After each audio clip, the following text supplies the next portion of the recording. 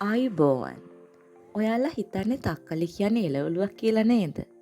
ඇත්තටම තක්කලි හඳුන්වන්නේ පළතුරක් විදියට. ඒ වගේම ලෝකේ වැඩි දෙනෙක් ආහාරයට ගන්න පළතුරක් තක්කලි. අද අපි කතා කරමු ඒ තක්කලි පවුලේ ගොරක තක්කලි ගැන. තක්කලි තවාන දාගන්නකොට මතු පිටපස් කොටස් එකයි, වැලි කොටස් එකයි, කොම්පෝස් කොටස් එකයි විදිහට ගන්න පස් මිශ්‍රණයක් සකස ගන්න ඕනේ. දිනපතාම උදේ හවස ජල සම්පාදනය කරන එකත් හරි වැදගත්. තවානේ වයස දින 14ක් 18ක් වගේ වෙනකොට පැල ගලවලා හිටව ගන්න පුළුවන්. හවස් වරුවේ ගලවනවා නම් ගොඩක් හොඳයි. එතකොට පැල අවුවට වේලන එක ටිකක් අඩු වෙනවා. ඒ වගේම හිටවලා පැල අධික හිරු රශ්මියට නිරාවරණය වෙන්න තියන්න එපා. ජල සම්පාදනය හොඳට පවත්වා ගන්න නම් වැටමාර කොළ වගේ වැසුමක් ගහ මුලට යොදන්න පුළුවන්.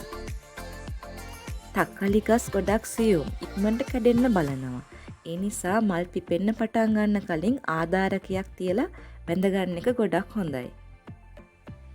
කොළ පාට ගෙඩි කහ පාට වේගන එනකොට අස්සනු නෙලන්න පුළුවන්. අපේ රටේ උඩරට තෙත් කලාපයේ හැර අනිත් ඕනෑම දේශගුණික කලාපයක ගොරක තක්කලි වගා කරන්න පුළුවන්. දැන් වෙළඳපොලේ බහුලව තියෙන තක්කලි ප්‍රභේද එන්න කලින් ලංකාවේ තිබ්බ මුලින්ම භාවිතා වුණු දේශීය තක්කලි වර්ගයේ විදිහට තමයි ගොරක තක්කලි හඳුන්වන්නේ. නිකන් තක්කලි වලට වඩා ඵලදාවත් වැඩි, ඒ වගේම ලෙඩ එන ප්‍රමාණයත් ගොඩක් අඩුයි.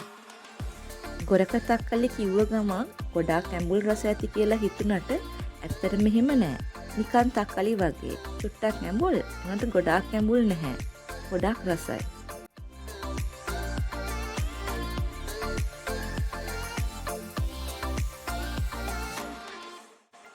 අපේ වගාවේ අවසන් ඵලදාව ගන්න කාලේ වෙනකොට මේ වගේ පිටිමකුණු හානියක් ආවා. සබන් වතුරයි කොහොඹ තෙලුයි මිශ්‍ර කළ ද්‍රාවණය, කොහොඹට නිසාරකය වගේ කෘමි විකාශක භාවිතා කළා. ඒත් පාලනය නොවුණු කොටස් කපලා අයින් කළා.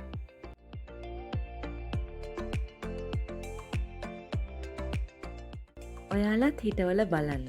රසගුණ අපිට කියන්න. අපි ආයෙම දවසක මේ වගේ වීඩියෝ එකකින් හම්බ වෙමු. ස්තුතියි.